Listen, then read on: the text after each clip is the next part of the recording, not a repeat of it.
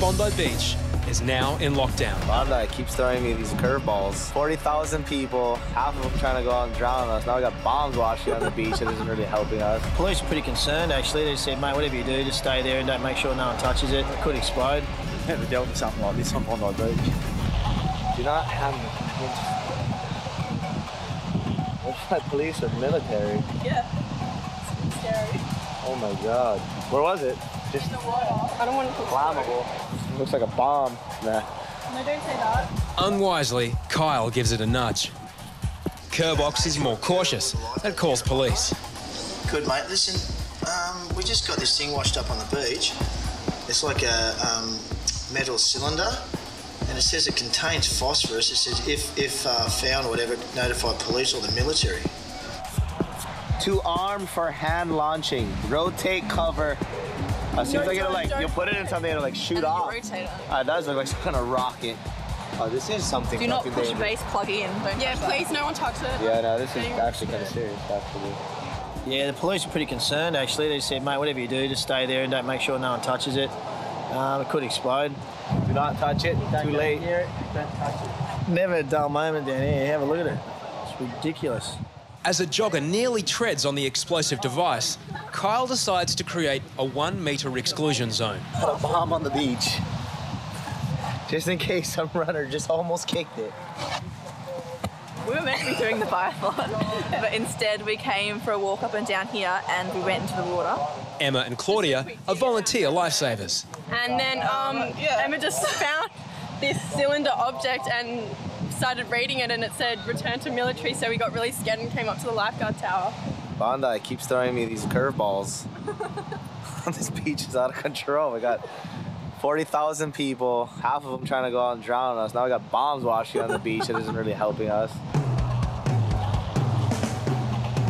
These two girls found it semi-submerged in the water while they were swimming, and they picked it up and brought it up here, and that's when they notified us. And it has instructions on how to arm it, so you can imagine it's kind of serious. Local police call the bomb squad. Yeah. The exclusion zone is immediately expanded from 1 metre to 30. Now we got some kind of explosive or something on the beach, and we're about to leave, and it says call the military or the police immediately. And a couple of girls. Kerbox's romantic evening is suddenly on hold. No, I wouldn't be ringing you if it went off. I guess they don't know what it is. It could be dangerous, could not be. I guess they're taking no chances on this. All right, I won't say what she's saying. All right, see ya. Bye. Well, she wasn't too bad. Shortly after, the police rescue squad arrives. They expand the exclusion zone from 30 metres to 300. Half of Bondi Beach is now in lockdown. Another interesting day at Bondi. Whatever's inside the mystery cylinder must pack a punch. Yeah, we go. We're out of here now. Thank you. It's an hour after knock-off time on Valentine's Day. For Harries and Kyle, it looks like a late night at the office. We're going to get... The police want our assistance down there. They haven't got enough manpower and there's a lot of people gathering.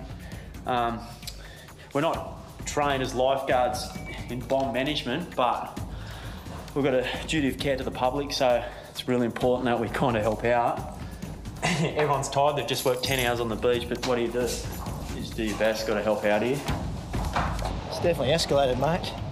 We got Harry's back in with you. He's come back to help us out, so yeah, it's all happening. Ladies and gentlemen, can we all move back another 100 metres, please, from this area, just for your own safety? Just help us out. I wouldn't stand around. It could be a very serious matter.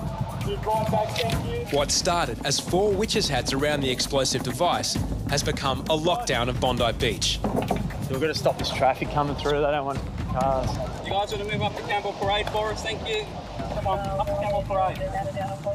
Thank you. They've found something down on the beach. Yeah. It's a bit dangerous, so move up to Campbell Parade for us, that'd be great. Thank you. Okay. Look at that. We got it covered. We've got dinner reservations down there. On a night like this, Bondi is no place for lovers. Thank you. Then, Defence Force bomb experts arrive. Special equipment is brought in to disarm the explosive device. They've just asked me if we want the tower, because the tower could get blown up. and a lot of the glass in the surrounding area. This is amazing. I've never dealt with something like this on Bondi Beach. Right when you think you've seen it all, a bomb comes ashore at Bondi Beach. Something I've never dealt with in Hawaii. After 3 tense hours, the explosive device is finally disarmed. Police give Hoppo the all clear. Satisfied that everything's safe, so we're going to go. We'll take all our goodies with us and everything's declared safe. So, yeah, thanks for that. All right, Thanks. They've gone down and defused the bomb or whatever it was that flooded in, and they've called it all clear and everyone's moving away and it's all over. It's not until the next day that lifeguards find out the nature of the device and how dangerous the situation was. Now, I'd suggest that if you were holding on to that and the scuttling charge operated, the experience of that would be probably similar of trying to hold on to the nozzle of an oxyacetylene torch. Yeah. Okay. Right. Very, very hot. Oh. Lots of molten metal, which gets thrown in the probably around about 10 to 20 metre mark. The item at Bondi completely failed to initiate, so it was fully armed and live. The mystery cylinder was a military flare used in anti-submarine operations. The two girls up top, they grabbed it and they came to the beach and she's kind of like holding it and shaking it. Would that have done anything or not really? That is an undesirable. Yeah, I think that's... A bomb scare seems a reasonable excuse for missing a romantic dinner on Valentine's Day. But perhaps the lifeguards were meant to be together anyway. Oh, Valentine's Day. Yeah. Oh, I've hugged Hoppo and Harries and... Once again. Yeah. Once again. We're by ourselves. Once again. The Lone Rangers. This is how it ends every year. It's a regular weekday morning on Bondi Beach. With the weekend madness over, it's looking like a quiet day. But lifeguards know this is one beach where it's never safe to drop your guard. Yeah, conditions today is nuts. Yeah, we've got 8 really bad rips running at the moment. It's almost impossible to be the right one at the right time. And if we had about 30 or 40,000 down here, we'd be in all sorts of trouble. Attention these swimmers in front. You're swimming in a very dangerous area. Please get out of the water. You must walk up the beach and swim between the red and yellow flags. Down south, lifeguards patrol 4 strong rips. Yeah, they should be okay. Up north, the situation appears safer. But not for long. Kerbox spots a swimmer waving for help. You're going to have to go pretty quick, fellas. Yeah, get out there quick, boys. Harries races out with Deano close behind. The swimmer is actually directing lifeguards to his friend. The man is desperate, barely keeping his head above water. Going under. It's going under, right?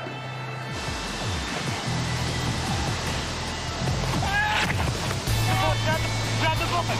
Come on.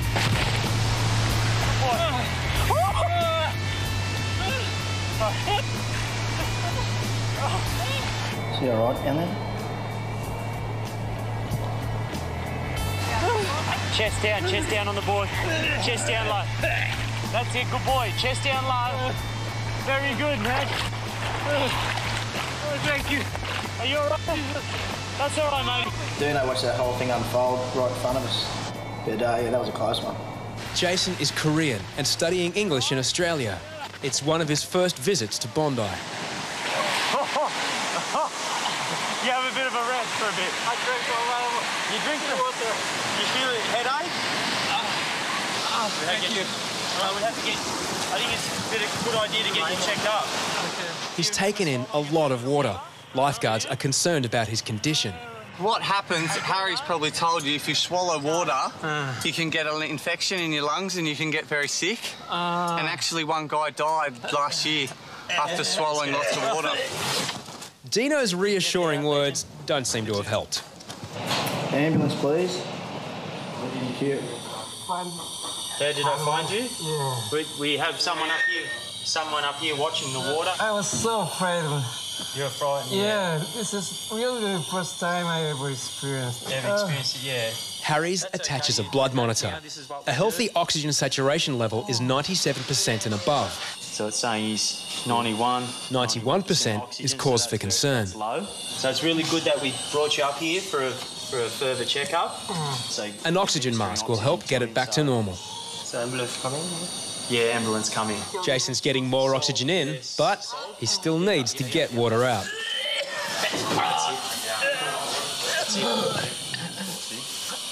You can drown with as little as 1 teaspoon of salt water in the lungs. Your body has to balance that out, the salt water out, and it'll draw more water into the lungs, and that's why you actually drown. Paramedics back up. There's anything about the physically, I'm okay. Everything's fine. Okay. Yeah, there's no water in your lungs. Your blood pressure's back to normal already. When we take you off the oxygen, your saturation of oxygen, the amount of oxygen in your blood is normal. And you basically swallowed a lot of water and had a bit of a vomit and spat it out again. So I'm alive now. I'm breathing in the fresh air outside. I was so lucky the safeguarders could see and run into me, and so I thought I'm safe. I'm safe right now. Jason's safe, but there's no rest for the lifeguards.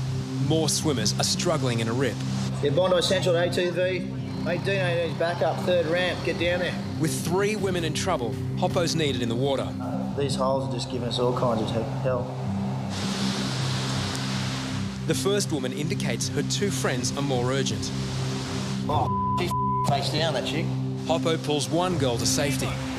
Deano spots the 3rd girl making a last-ditch effort to signal for help. The swell makes the rescue difficult. Right, Dean? Deano's raised arm signals it's a serious case. He needs backup on the beach. Yeah, time to get down there. Take the D. Hey, Blake, defib that, mate. Yeah, Robbo, you might want to get down south, mate. Deano again signals the tower. Yeah, Deano just giving the sign means he needs all assistance. He's pulled someone out. I think they were just face down. Deano's patient has come around, but lifeguards know she needs close attention. Less than a minute ago, the woman was face down in the water.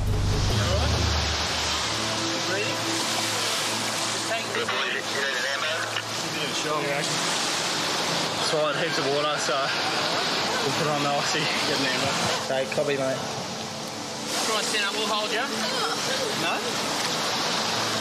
Yep. Just lay her on the board, we'll carry her. Oh, yeah. 1, 2, 3. Lifeguards don't know how much water the woman has swallowed or how long she's been without oxygen.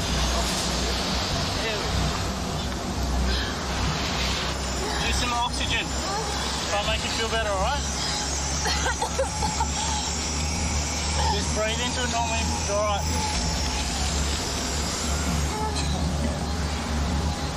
Nice deep breath. Can you speak to me now? No? There's a smile. All right.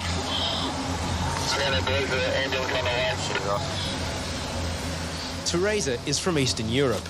She's been living in Bondi for 2 months. Carissa. Hey, how are ya? That's better.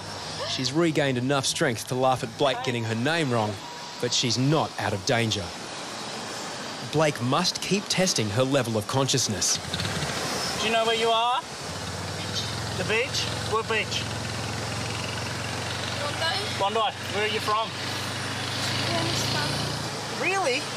That's a long way to Bondi. That's better. Smiles, that's what we like to see. She swallowed heaps of water. She was just face down. As paramedics arrive, Teresa is showing signs of hypoxia due to her poor levels of oxygen. You think maybe you lost consciousness for a little bit? Yeah, okay. It sounds like the lifesavers had to wake you up. The first girl goes, go to the girl out the back. So I went to her as fast as I could and she was floating unconscious.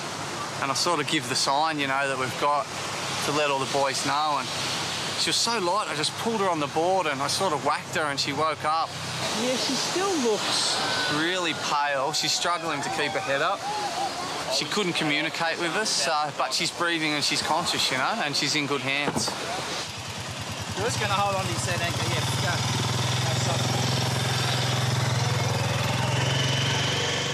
go. I guess the scariest part is running down with the defib, knowing, like, every time you run, you're running with it because you think it's going to get used, kind of thing. So she kind of lapsed in and out a few times, and every time we wake her up, she'd come back with these big, broad smiles on her faces. It's such a cool feeling to see, but that's got to be the closest thing to a drowning I've ever seen. Teresa is lucky to be alive. She'll be examined in hospital to determine if there's water in her lungs. It's been crazy. We were just sitting here with all of us boys just talking about it, like, couldn't believe how it's just come out of nowhere. It's been one hell of a day.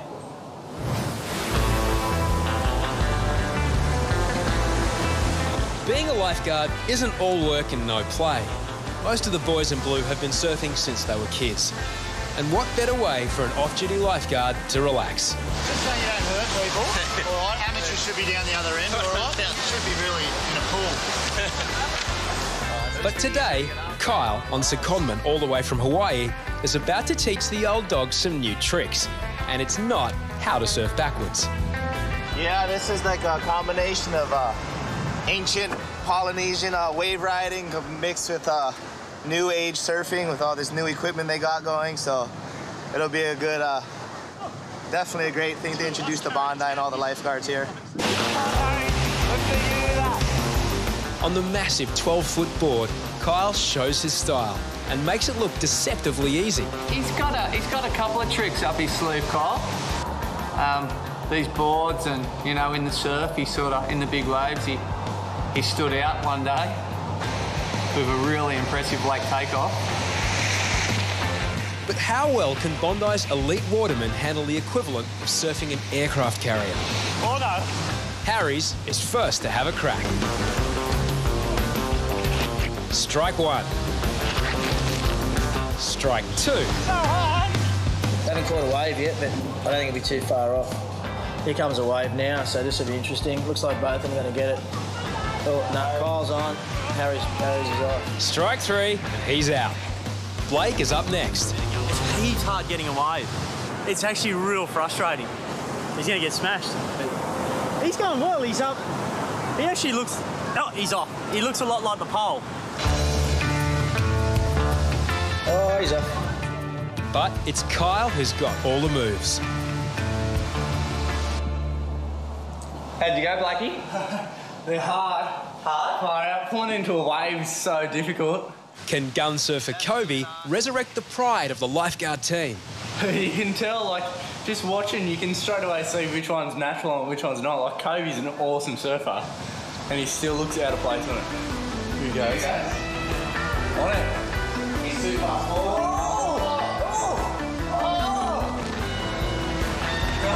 See what? He's on the wave. It's sweet. Just.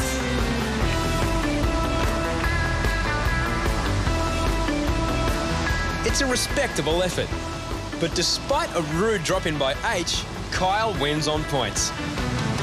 My last wave I got with H-Man. That was a good little wave. We both caught at the same time. We both got to the shoulder. So that's what it's all about, just going out there with your friends and enjoying the surf. No worries. On the cliffs around Bondi, some people have fun in very different ways. Rock fishing is the most dangerous recreational sport in Australia. With the swell up, a report's just come in of a situation off the cliffs. Mate, there's a tinny coming in just off North Bondi. It's got a person that's fallen off the rocks. They've picked him up. He's just fallen off the back of the rocks out near Bambapa, and I think some of these fishermen came around and picked him up and brought him up to here. They were fishing on the cliffs. He slipped in, bounced down the cliffs, and I saw this head bobbing against the cliffs too. He was dead. He was finished. He's got pins and needles in his hands. He's absolutely so lucky to be so lucky. He'd used all 9 lives if he was a cat today, that's for sure. He's very, very lucky. I'll never forget it. It was like, I said swim and he couldn't even say I can't. He was just sort of, you know, and his head was going a bit under and down, and I would have lost the boat before I lost him, I reckon. I would have swum with him. You got pain anywhere, Dale? and needles. Pins and needles in your hands?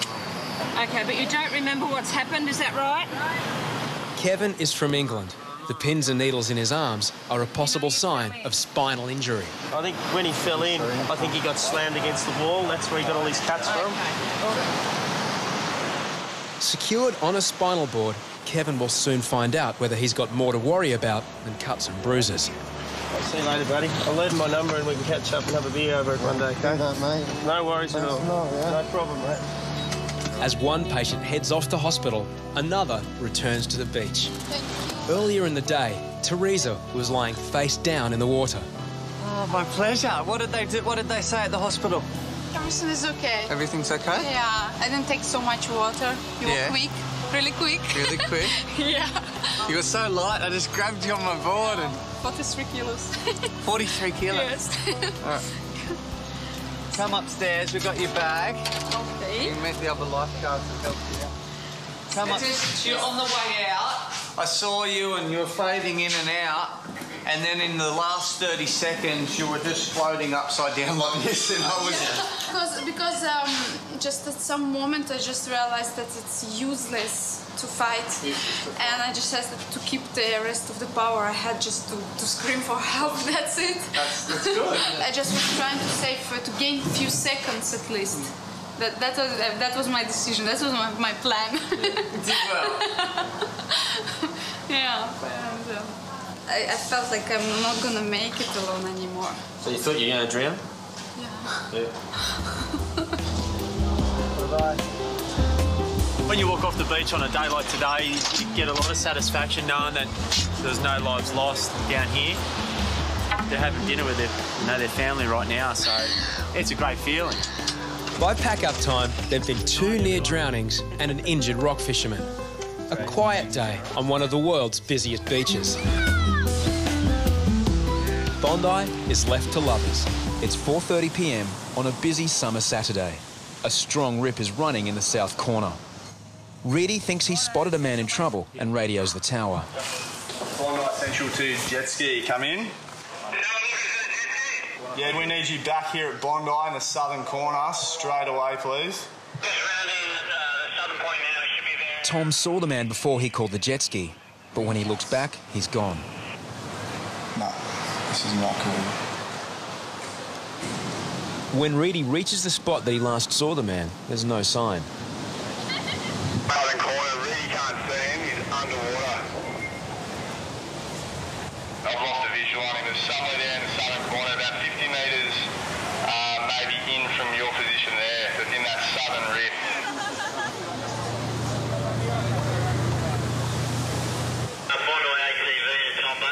Mate, from what I saw up here, there was a guy floundering. His head was just above water, but it was continually going under. I put the binocs down to call the jet ski and put him back on, and now I can't see him anywhere. Reidy was paddling out. He was about 50 metres away from him, and he got out there, couldn't see him.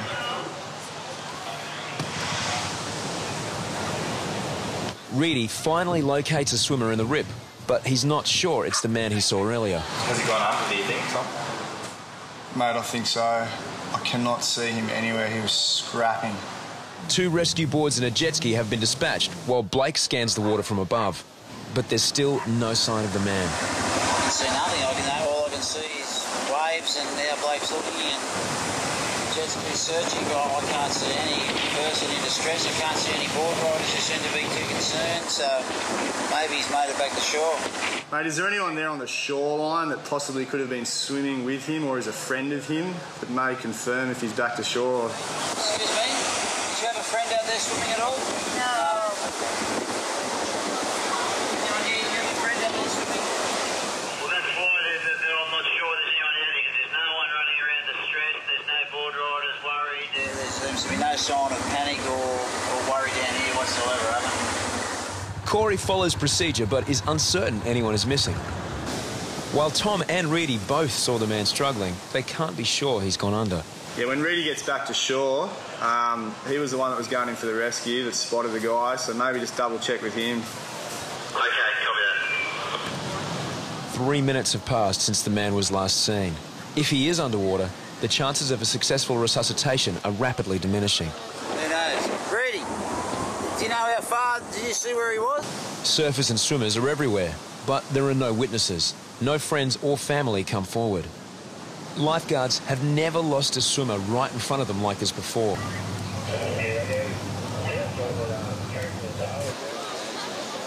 The search continues for 45 minutes, even though lifeguards remain unsure someone is actually missing. Mate, there is 4 or 5 surfers around him, which happened that quick. Hopefully one of the surfers just grabbed him or he found his feet. Doesn't look like it's that dangerous a rip down there. Like, there's not that much water moving. It's pretty shallow. Like, you should be able to stand. Every lifeguard is involved in the search, but there are still 25,000 people to safeguard on the beach. False alarms are common, and with no new leads, the search is scaled back. No one up there saw anything, so yeah, who knows. From what you say, like right where I think he was, there's a massive rock. So it's just a dark patch in the water. I hope I'm wrong. I don't know.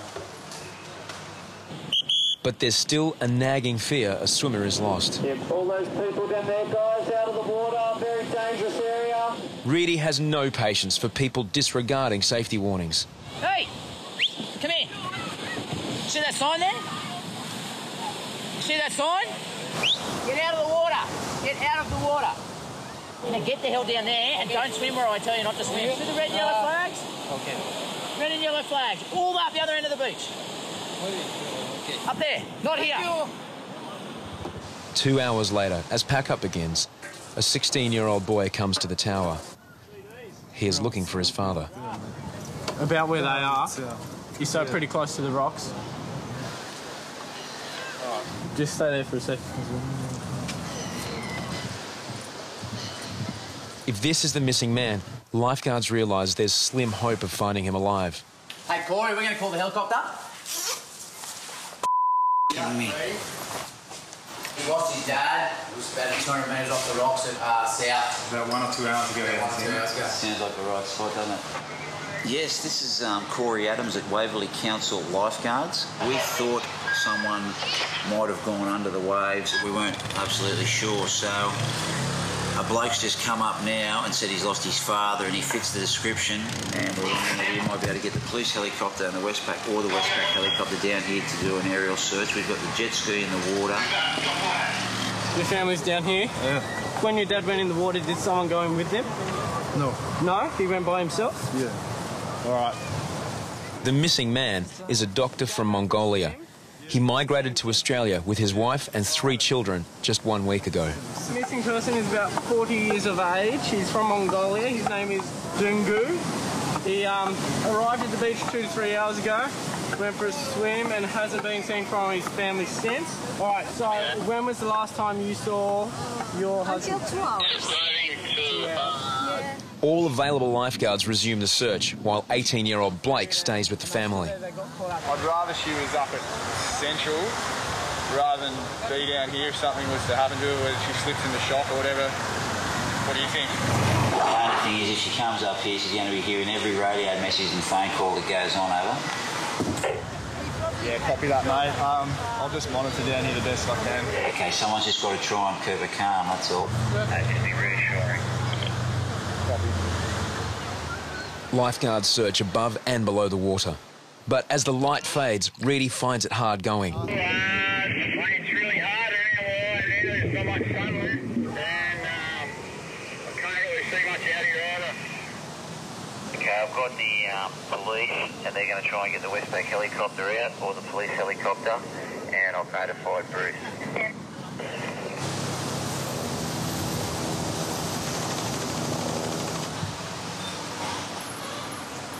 Yeah, Corey on the jet ski. It's now 7:20 p.m, almost 3 hours since the man first went missing. As word spreads, off-duty lifeguards volunteer to join in the search. I've got 2 blokes, Ben Sutherland and Ben Quigley, in wetsuits. They're ready to resume the search. They're coming down to meet you now, over. It's a pretty bad rip down here at South, deep channel, and yeah, not really strong swimmers down here today, so I'm not sure. I don't want to say what I think's happened, but yeah, all I can say is just hope for the best. Hopefully he shows up around, like he might have just wandered off, but we'll just wait and see. The police helicopter's here and Westpac was just here. We've got the guys out there in the jet ski, so we're just giving an extensive search and hopefully it all turns out for the best. You know, hopefully it all goes good. Bondi jet ski to Central. Suddenly, the Westpac rescue chopper identifies a shadow in the water. We're presently hovering over a 4 to 5 foot shark. Probably better off sending a shark alarm. Copy that. In the confusion and noise, lifeguards mistake the shark for the man's body and dive in to retrieve it. The shark is scared away.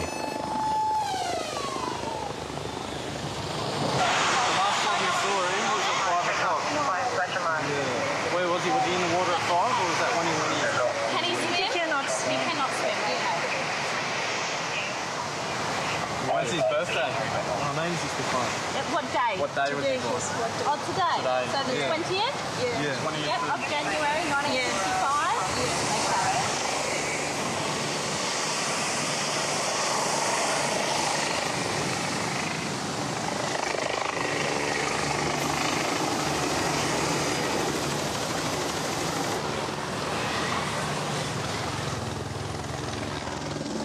We've got a guy out there on the surfboard waving his hands. I think he's got in.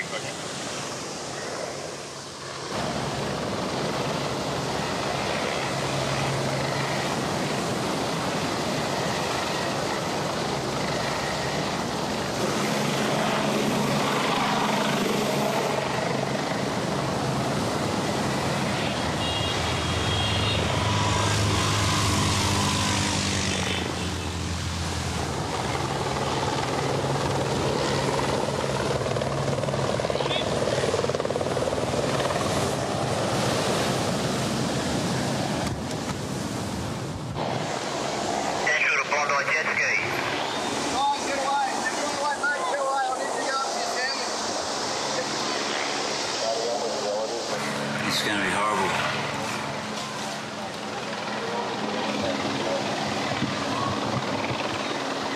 I wonder where the family is. They're right there. The police have got them. Head tilt. Get the tilt.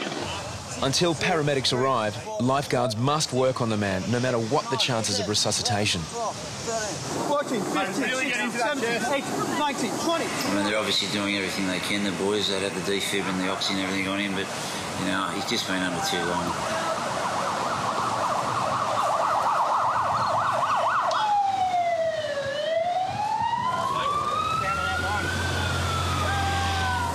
Let's get him on. Want to hear it, man? 20, 21, 22, 23, 24, 25, 26, 27, 29, 30. Let's go, get you in. 1, 2, 3, 4, 5, 6, 7, 8, 9, 10, 11, 12, 13, 14, 15, 16, 17, 18. Put him down. Do not touch. All right, off.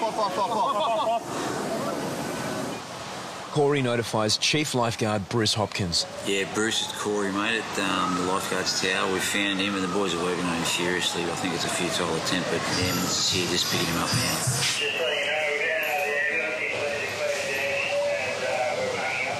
See you, mate. The ambulance declared him dead there. Yeah.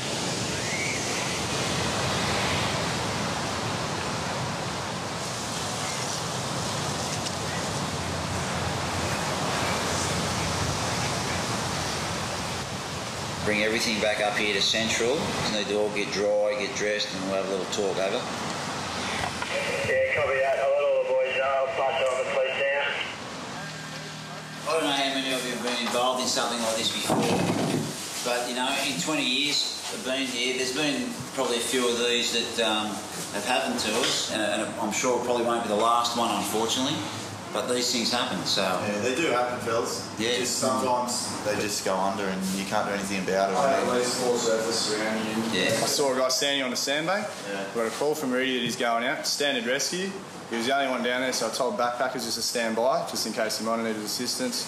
Put the goggles back on him. I couldn't see anything. All I could see was like maybe a forehead or something. I saw something, and that was it. From what it sounds like, it sounded he was standing, lost his footing, and then just sunk. Over the last 4 or 5 years, lifeguards have had a pretty clean slate. Statistically, you know, we haven't lost anyone. but because of the dangerous conditions down here and the tragic event that occurred, it's definitely, you know, sent a shockwave through the team. By all means, if you're feeling bad about it tomorrow, it's not a sign of weakness to ask to talk to someone about it. These services are available free of charge, anonymously, through the council, so don't carry it around with you. Thanks, what are you doing, mate? Blakey, you all right? Yeah. Thanks. How do you have this kid come up to you and you know that his father is dead? The hardest part was walking along the beach and kind of asking him the questions like, can your dad swim? Does he have anywhere else to go? And you saw it click in his head and then his mum's head that, like, there isn't much hope. Like, he was in the water. He didn't have anywhere else to go. He couldn't swim. And I think that was the toughest part for me was watching them realise that their husband, like their father, is gone, and no one ever wants to finish a day at work knowing that someone died while they were on.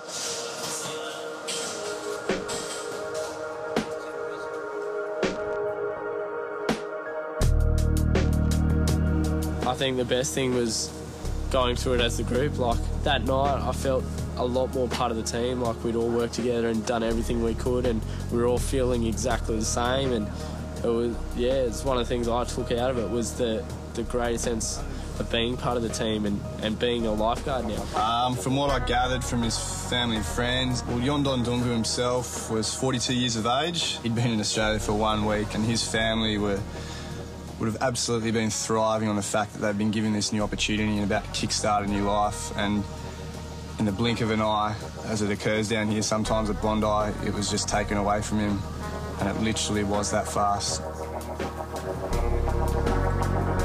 Several lifeguards attended Dungu's funeral to pay their respects to his family. Having lost their breadwinner, the family then had no choice but to return to Mongolia.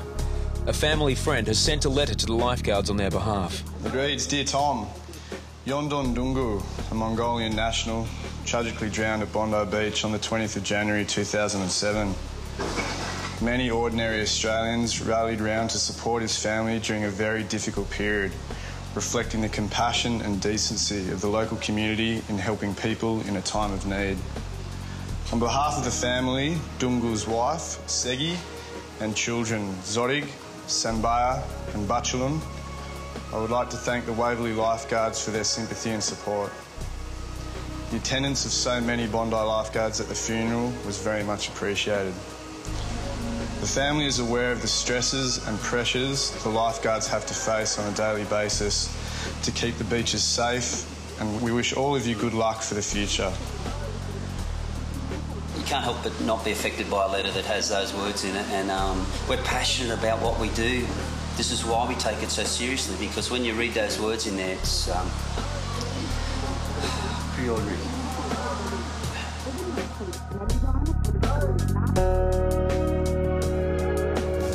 Millions of people flock to Bondi's fabled sands every year.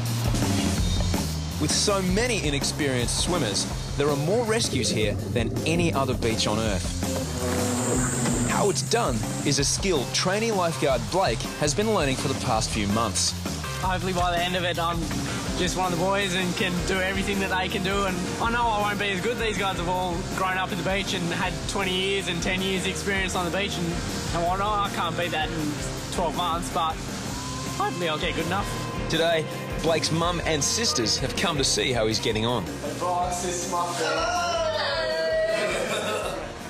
Last week after he did a rescue, I asked him how he felt about that rescue, and he said, well, someone's gone home to their family today that wouldn't have otherwise. And that's just really stuck with me as to how he feels about what he's doing here. And as a mum, that's something that's a really positive thing, that he can give back to life as well as earning money at the same time. Not long into Blake's patrol, he spots 4 swimmers struggling against a rip. One man can't swim. He pushes himself off the bottom as he gasps for air. But the rip is dragging them all into deeper water.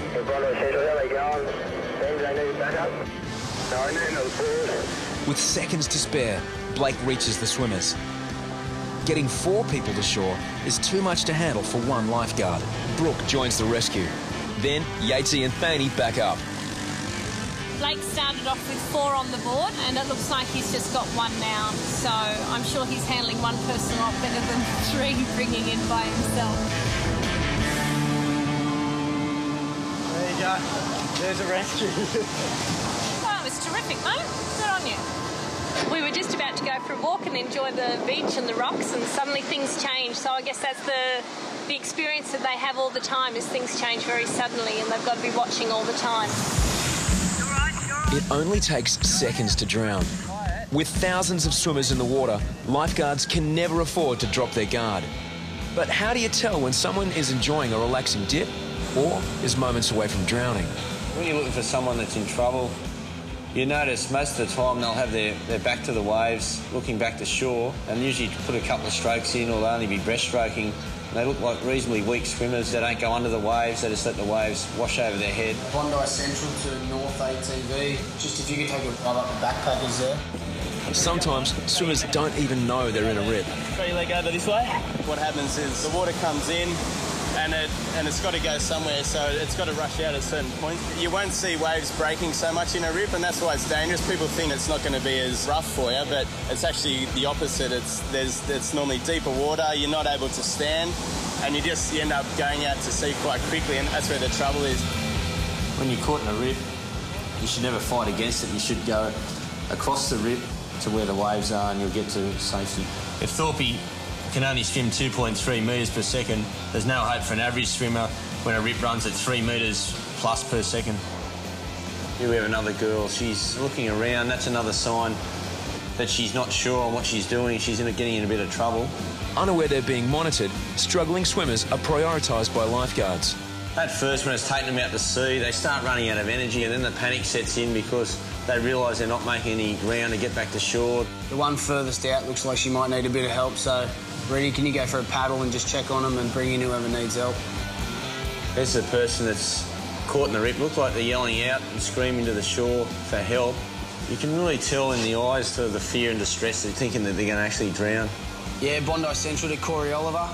Can you pin it to the southern side of the middle set of flags, mate? We've got a kid in urgent need of help. You're paddling out and you're going as fast as you can, but it's still going to take you a minimum 15, 20 seconds to get to them. And by the time you're getting sort of, 5, 10 strokes away, they just go under and there's nothing you can do. You just get there and you either have to pull them up by their hair or even dive off the board to sort of get underneath them and swim back to the surface. Despite lifeguards' best efforts, some people have stopped breathing by the time they get to them. No one likes to see someone drown, and you start doing resuscitation, but there's always that fear you're not going to get them back, and if you don't get them back, it's probably one of the worst feelings you can feel. Less than an hour after lifeguards have packed up for the day, a surfer has been attacked by a shark at Bondi Beach. The man is 33-year-old Glenn Augiers, a local surfer.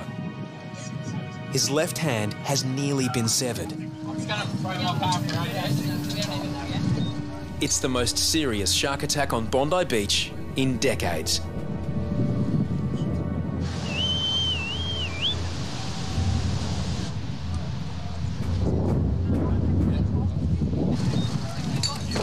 Approximately 20 surfers were in the break at South Bondi when Glenn was attacked. Some bravely rushed to his aid.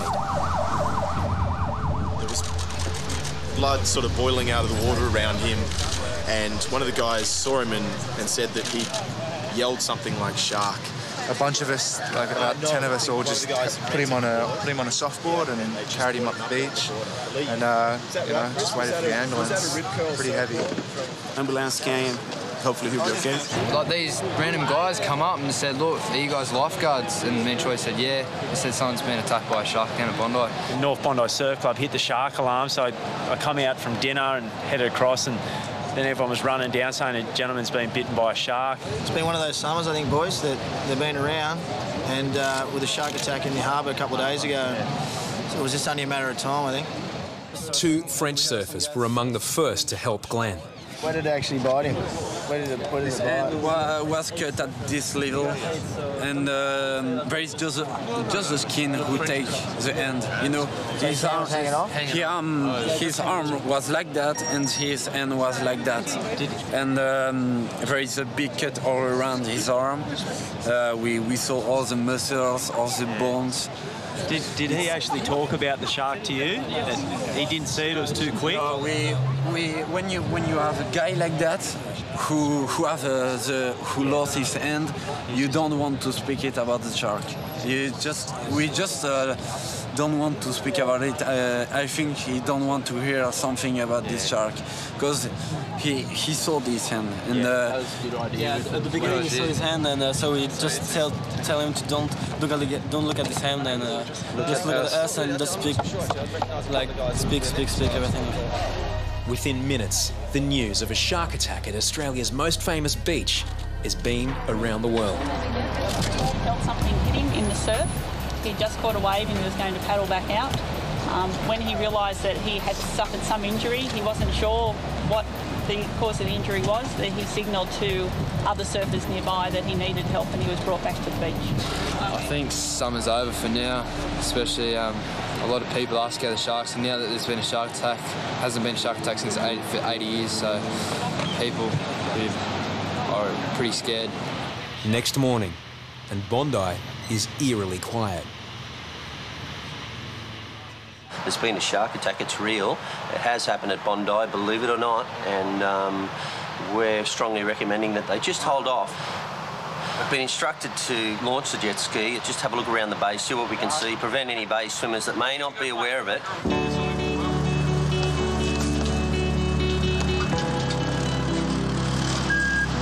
Young lifeguard Bacon is given the spooky task of searching the water.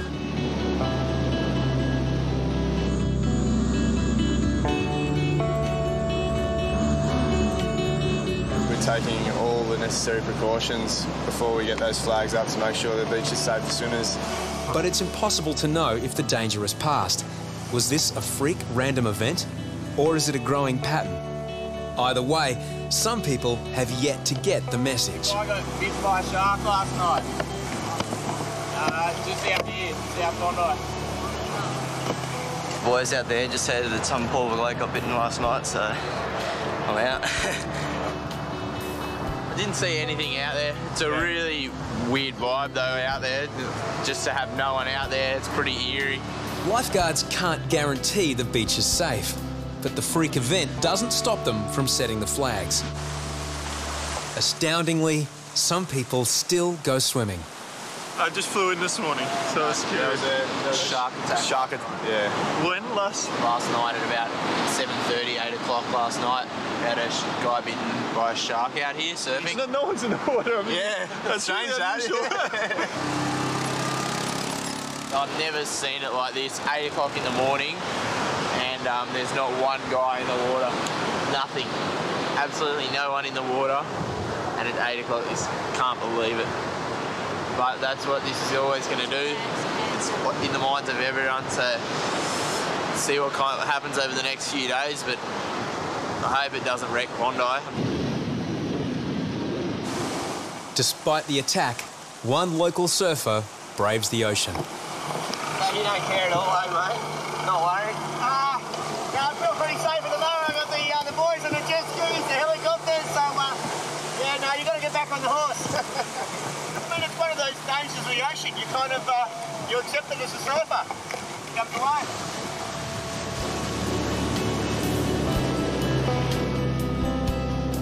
Slowly, life on Australia's most famous beach returns to normal. Glenn Augius thanked all the surfers that came to his aid. Despite the best medical care, surgeons were unable to successfully reattach his hand. No strip of sand in the world is more heavily patrolled than Bondi Beach. Professional lifeguards are on duty every day of the year. Backed up by volunteer lifesavers on summer weekends, not much on Bondi goes unnoticed. I'll go get him. The boys in blue know what's going on above water, but what happens beneath the waves is far more mysterious.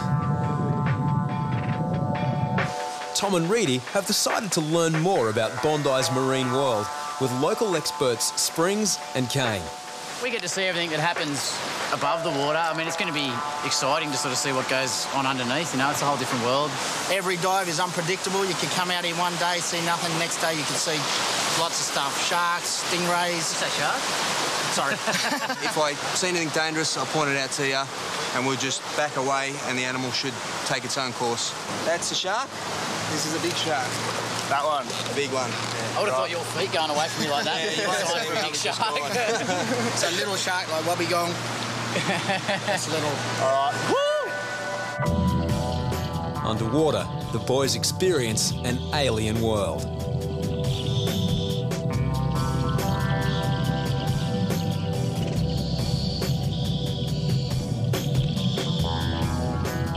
Heaps of marine life, heaps of plant life. Just a whole nother world. There's been a lot of reports around the beaches lately of shark sightings, so we might get lucky or unlucky. Just 5 kilometres from central Sydney, Bondi's marine environment is surprisingly rich and healthy. Underwater is just so much different to what's on the surface, and you can kind of see the beauties and the dangers involved in both. But any danger beneath the water is soon forgotten.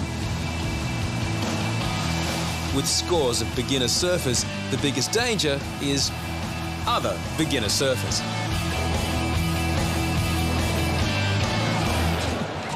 Got caught in the board. I think I might have broken it. Irish traveller Brendan has just joined the long list of surfers wounded in action. I was out surfing and just came in on a high wave and board flipped. Smacked me in the face. Just going to put some pressure on it so it stops bleeding. Yeah, sure. You want to get you straight up there and get a couple of stitches in that. Mate, it's a good cut. You're going to have a couple of black eyes, that's for sure. Broken, Tess? There's a fair chance it is broken. It doesn't look too bad but there's a little bit of possible chance of a break. Yeah, I concur with that. I don't know how we're going to bandage you up. We're going to look like a bit of a mummy. Deano uses his most advanced bandaging skills. A bit like the Elephant Man, but look, it's going to do the job. Yeah, I think he's bandaged his whole head. I like to check, make sure he's still be able to breathe. I just want to check, is this what you looked like before? Jesus Christ. That's brilliant. It's brilliant? Yeah. Yeah?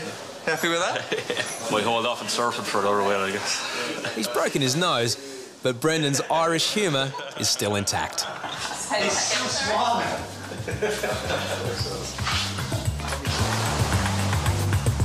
Back on the beach, falling tide and solid swell have created dangerous rips close to shore. Guys, you're swimming right in a rip. You need to move up there on the sandbank for me. They're so strong, even people in the shallows are having trouble keeping their feet. 6 men play with a ball close to shore. Disregarding warnings, they are just metres from a rip. As their ball drifts out of reach, they're about to discover just how strong the rip is. Well, behind him's not the best way. As the first man gets into trouble, his friend bravely comes to help.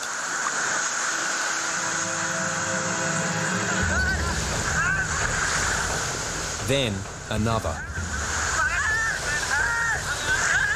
One by one, they all become part of the problem. None can swim. In seconds, they'll be completely out of their depth. Their ball game forgotten. Now they're just trying to stay alive. Yatesy and Reidy head out.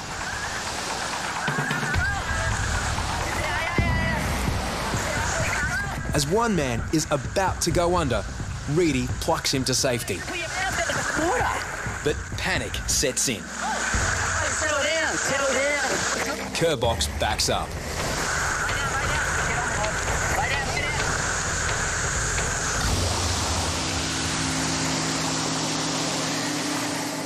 No one knows exactly how many people have drowned at Bondi, but a few seconds more, and these 6 friends, all from India, could have joined them. जाने लगे फिर इसने मेरे को दोनों का We were thought that we would be able to push him, but actually we also were going to sink. Well, mate, it was pretty heroic. Like, the one bloke obviously was gone. He's saying to his mates, and every one of them tried to go and help him, and all for a stupid soccer ball. I mean, how many people drowned from that shit? Late afternoon. Two surfers report an alarming sight. So that's a bird, and then I seen it cutting around and cutting through the wave, sort of. So I killed the bird. As far as I know, The bird flew away, but something attacked it. The surfers are certain they saw a shark attacking a seagull.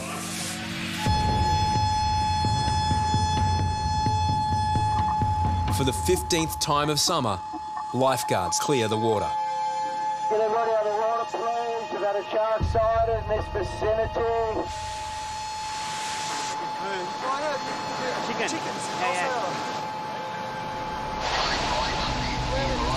Behind the break, a man leisurely swims across the bay. He hasn't heard the alarm. Sounded the alarm, cleared the water, and we just had one bay swimmer about 50 metres off the beach. I don't know if you can hear me, but just come back to shore, mate. Early mornings and late afternoons are considered the most dangerous times for shark attacks. We might hit that shark alarm again.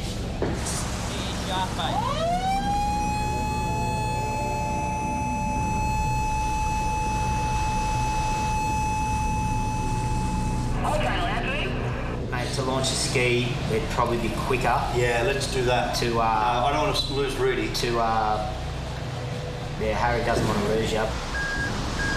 Safer and quicker, lifeguards launch the jet ski.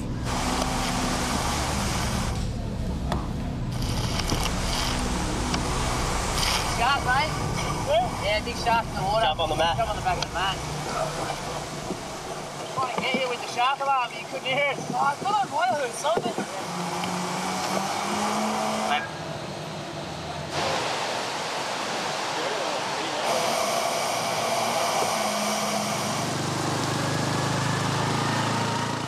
Positive sighting, it said probably about 3 metres, just out here. Is that right? In amongst the surface. Just out here, eh? Yeah. Yeah, right. I would be out there swimming laps at Darsko. Yeah, right.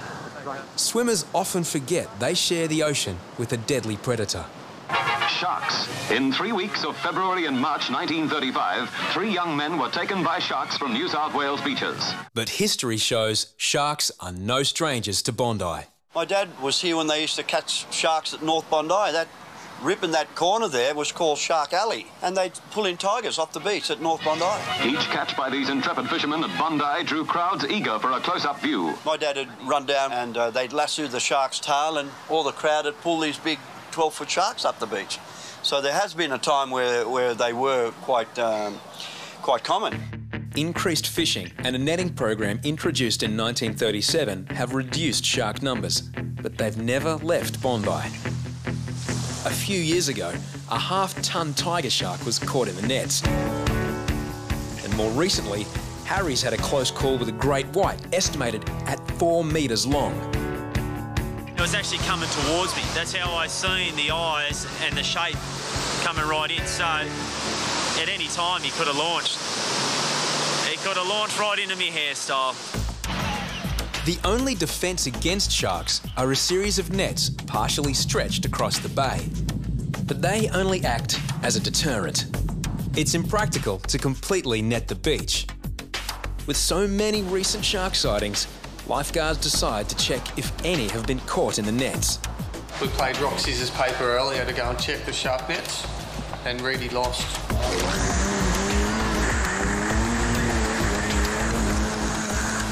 Not kosher. Reidy's gonna shoot himself out.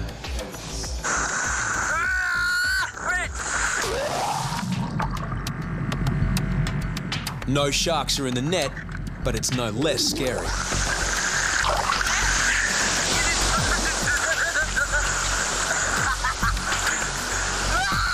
No sharks? No sharks. Not this time. It's all safe. Despite their presence, there hasn't been a fatal shark attack at Bondi since 1929, when 2 people were mauled. Since the shark meshing program began in 1937, there have only been 3 attacks. beachgoers have developed a relaxed attitude to one of man's few predators. A helicopter spots another school of fish off Bondi and makes an alarming discovery. A shark circles the fish inside the shark net. From above, it's clear, but to everyone else, it's invisible. Inexplicably, no contact is made with lifeguards or emergency services. The shark is in the surf zone, then swims directly towards a surfer. No one in Bondi is aware of the danger. Just as quickly, it swims away. Next day, the story makes the front page. I only just saw that, Tez?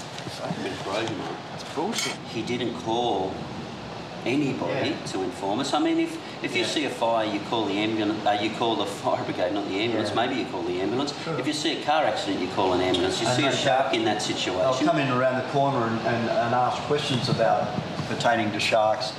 So they can come when it suits them. But yeah, it's a bit of a duty of care there. A Navy diver is believed to have lost his hand in this morning's shark attack in Sydney Harbour. A diver from the Navy, they were doing an exercise. Nice shark. A diver has been mauled just a few kilometres from Bondi. We're just glad it wasn't here. Imagine we had a shark attack. Oh, I say that. Imagine we had a shark attack. It's bound to happen. With large schools of fish in the bay, grey skies and now an attack nearby, lifeguards increase their vigilance.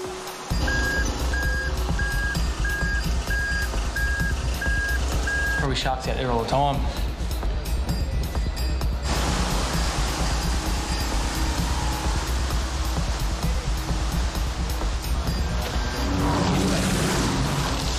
It can be pretty tough to see anything out there. At the back of the break, Danny and Bacon encounter another large school of salmon. Remember, the birds, usually when you're in a pack like that, usually means there's a fair few fish around. Whoa, that was a big one. I have a look how many birds are out there. With so many fish, there's an even chance sharks will be on the prowl, but it's impossible to tell.